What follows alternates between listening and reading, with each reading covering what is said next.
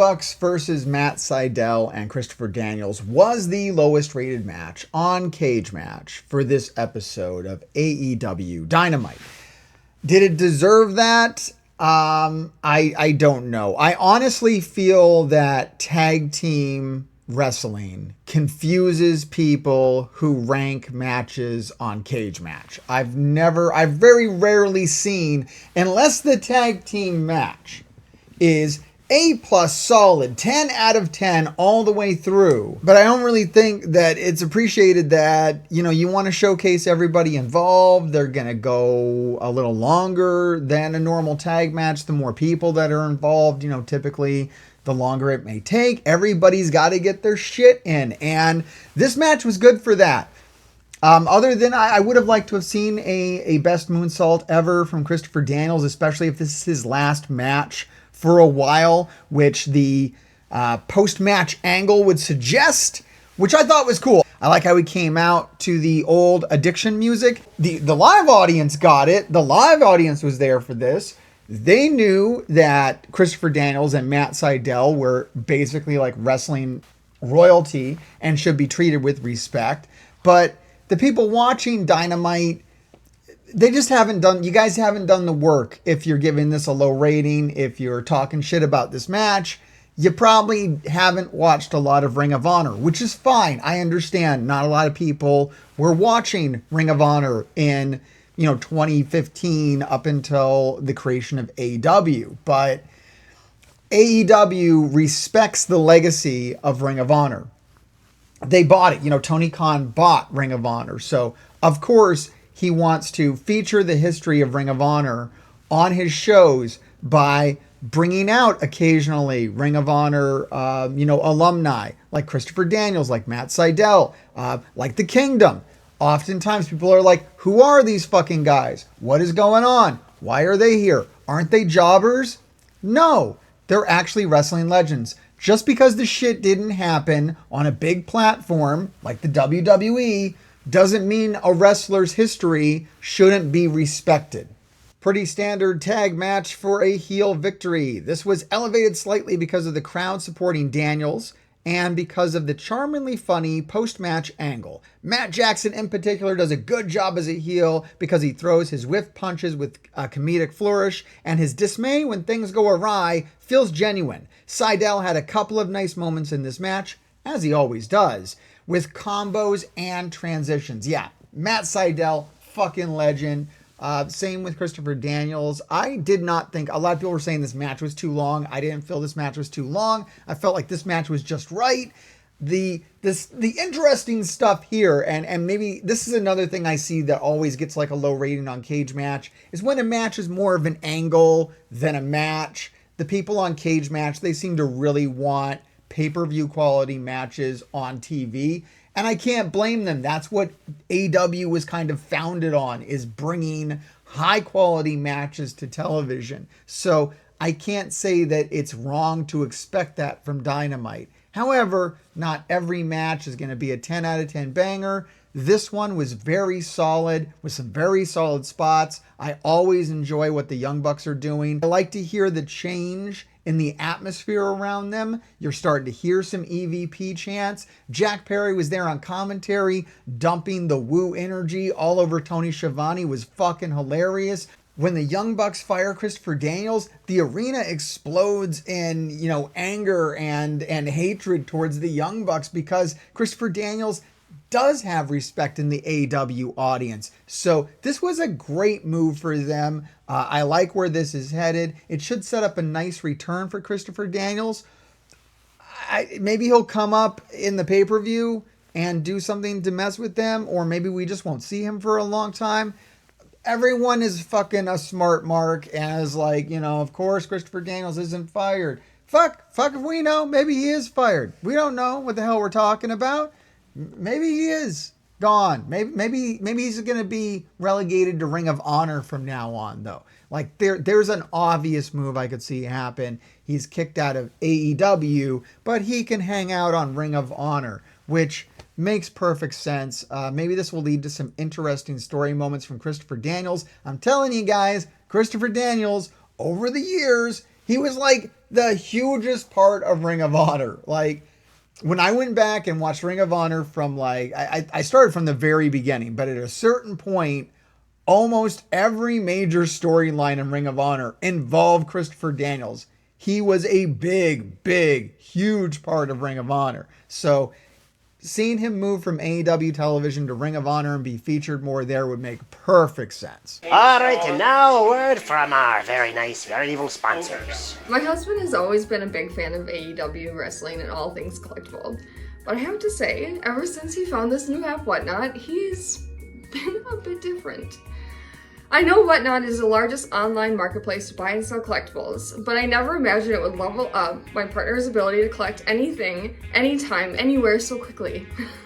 I'm signing up right now for a free $15 to spend on anything I like on the app.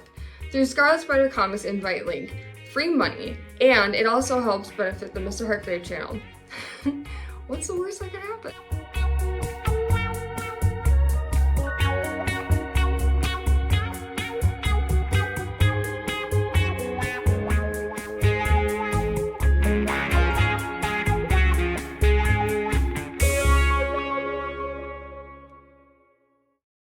Whether you're very nice or very evil, use the QR code or the link at whatnot.com/invite/Scarlet Spider Comics to receive $15 to spend on endless variety of collectibles on Whatnot and support the Mr. Hartgrave channel.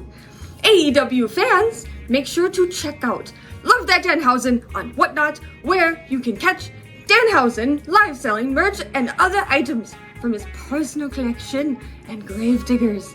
Keep digging.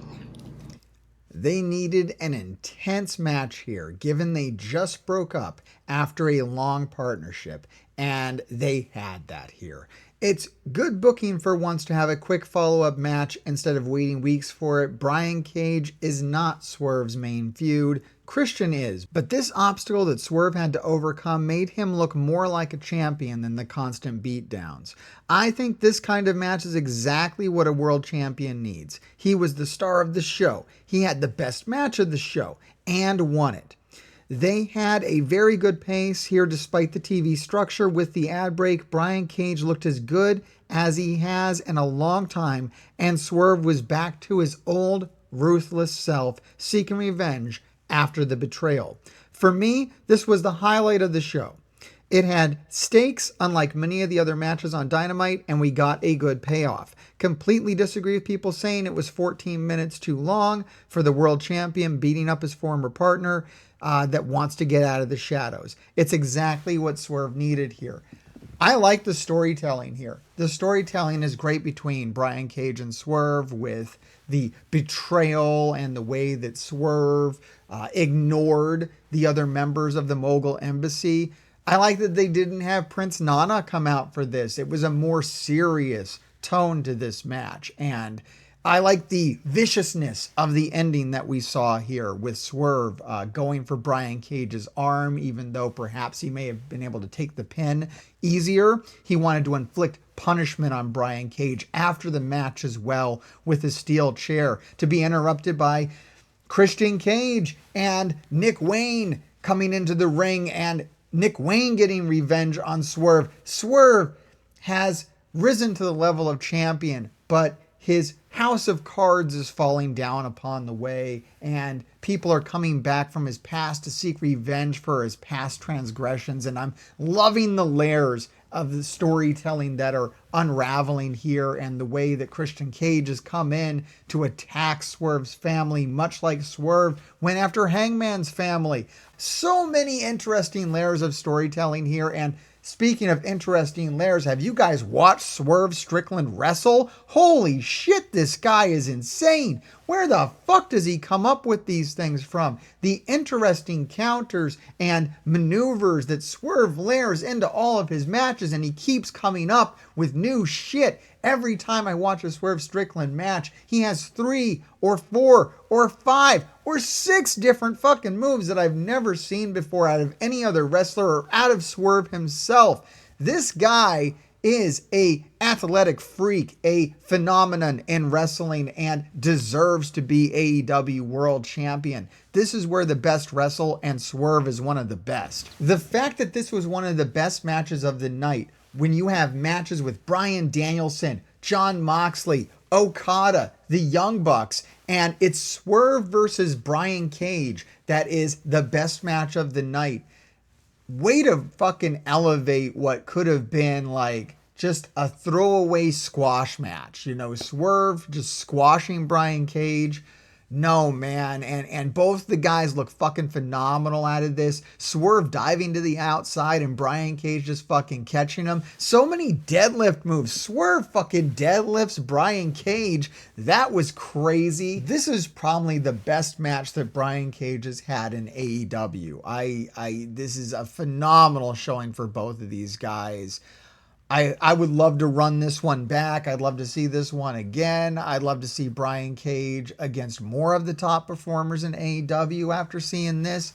Let's have Brian Cage take a run at Ospreay. It's like, you know, Brian Cage is going to lose these things, but that doesn't fuck the matchup for me. I still really enjoyed watching this, even though we knew what the outcome would be. I had no idea the journey would be so fucking enjoyable. And that's going to do it for this episode of this show. I'm going to keep it a little shorter here because I am still working on this huge project. I've taken up some wrestling journalist duties with Comics Illustrated. If you've been paying attention to the channel, you'll know that I'm writing for Comics Illustrated now. I'll put the link down below if you want to check out that website. Just click on the wrestling tab.